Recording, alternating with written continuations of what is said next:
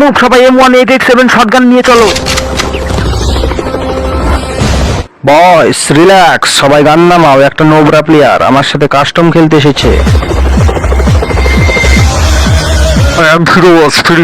Surya pro player.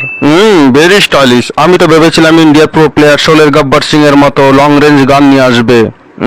কিন্তু তুই তো একটা নোবরা প্লেয়ার মনে হচ্ছে।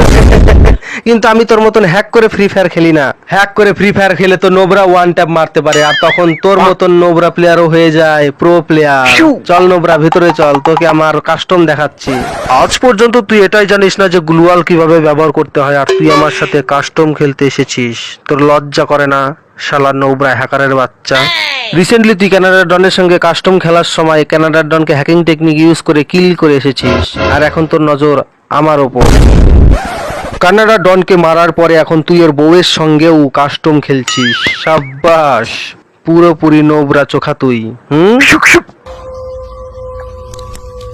তুই তো আমার ঢোলই ফাটিয়ে দিলি।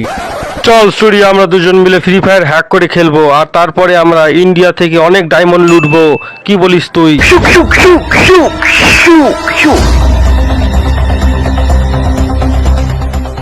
জানি না ফ্রি ফায়ারের ব্যাটেল গ্রাউন্ডে তোর মতন হ্যাকারের বাচ্চা কি জন্য খেলতে চলে আসে। তোর কপাল ভালো যে তুই একটা নোবরা প্লেয়ার, এই জন্য বেঁচে গেলি, নইলে